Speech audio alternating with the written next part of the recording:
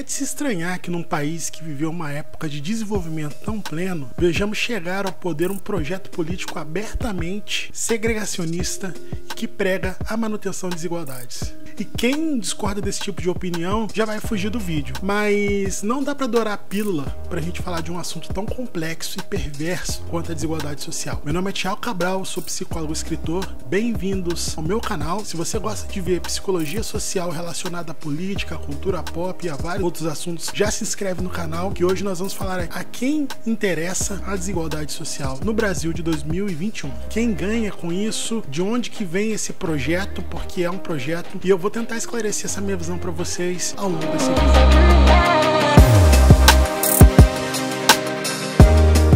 Basta folhear um bom jornal, ligar a TV, a internet, que a gente vai perceber que os insumos básicos vêm aumentando vertiginosamente no Brasil. E aqui a gente fala de coisas mais básicas, como alimentação, gás de cozinha, aluguel e outros. E isso acontece no momento que a pobreza vem aumentando no Brasil da mesma forma que esses insumos estão aumentando. Não é à toa que, como em muitos anos não ouvimos, já se fala novamente de fome no Brasil. E aquelas pessoas para quem eu fechei a porta no início do vídeo vão poder alegar que os governos atuais pegaram o país quebrado, que estamos numa pandemia. A gente não está negando aqui que a pandemia tenha afetado a economia e a vida do cidadão geral. Até porque isso seria um absurdo, né, gente? Mas é importante ter em vista que medidas poderiam ter sido tomadas para evitar que a escala desses problemas chegasse ao patamar que está hoje. Isso é, se evitar o sofrimento do pobre realmente fosse o objetivo desses governos, né, gente? A minha tese aqui é que a desigualdade social não é apenas uma consequência de diversos fatores complexos e uma grande crise global. É fato que o que acontece num Brasil de dimensões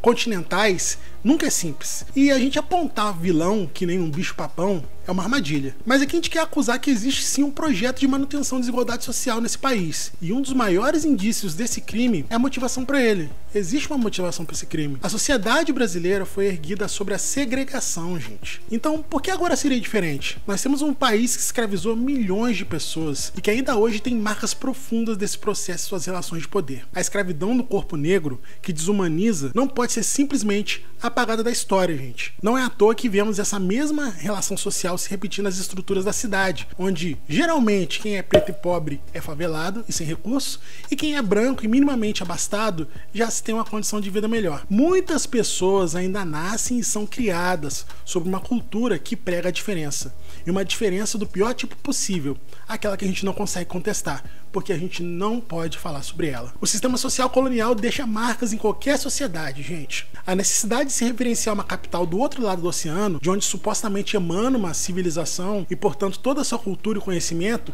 cria, na minha visão, a primeira relação social hierarquizada. O colono responde e obedece a um sistema maior, idealizado e impositivo, e vê tudo à sua volta como desvalorizado ou, no mínimo, dependente daquilo que emana da capital. Libertar-se do pensamento colonial não é fácil, e é um processo que demanda muita energia psíquica e até física mesmo. Porém, no Brasil, geralmente acompanhamos na história um processo não de descolonização, mas sim da mera troca de mãos desse poder autoritário. Essa relação autoritária parece fazer parte do senso de nação brasileiro, que sempre parece estar procurando um senhor para responder. Um senhor que geralmente está coberto pela sombra dessa capital idealizada do outro lado do mar. Uma sombra europeia. Mas o que o racismo estrutural tem a ver com a desigualdade social promovida pelos governos atuais? Eu venho de uma família que fugiu do campo, e não são raras as vezes que eu vejo minhas tias e minha mãe se lembrarem do orgulho que certas famílias tinham de manter suas empregadas domésticas, que muitas das vezes atuavam em regime semi-escravo. Sim, algumas dessas famílias mantinham gerações de empregadas domésticas sob seu comando, reforçando a ideia do engessamento da mobilidade social, ou seja, a manutenção de uma sociedade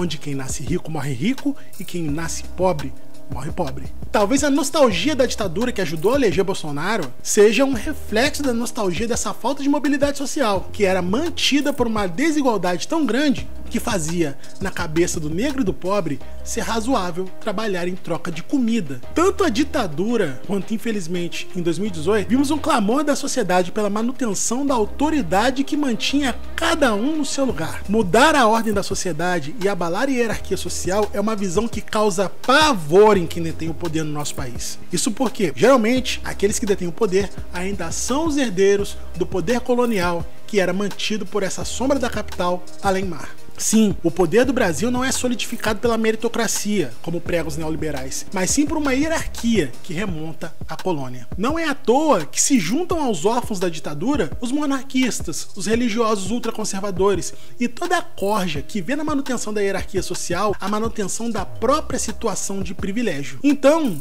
somados aos enganados e aos ignorantes, são esses que sorriem por dentro quando escutam falar de aumento de preços de insumos básicos como aluguel, gás e comida, que não conseguem conter a alegria quando escutam falar do fim de benefícios sociais e outras coisas do tipo. Mas dentre os perversos, eu ressalto, ainda há os enganados. Pasmem, existe gente tão pobre e tão miserável que vê apenas na proximidade do poder uma oportunidade a qual se agarrar. Aqueles que são assalariados, mas que vêm com alegria o enriquecimento do patrão, na esperança de que nesse banquete caia alguma migalha da mesa, ou então que haja oportunidade de se fartar nas sobras, coisa que raramente acontece. Essa esperança tão falsa quanto a de um bilhete de loteria reforça o comportamento do oprimido, de, como já dizia Paulo Freire, achar que pode se tornar o opressor. O sofrimento brasileiro não é a consequência apenas do Bolsonaro e de seus clones. Eles apenas atraem para si todo o ódio e a deformação contida na sociedade de uma república que insiste em agir como colônia. Depor o Bolsonaro e seus súditos não vai resolver o problema, apenas ser o belo e um esperançoso começo. O que o nosso país precisa é assumir o protagonismo de sua própria história e mudar essa cultura perversa que lhe foi imposta. Vocês querem saber mais sobre a minha opinião política,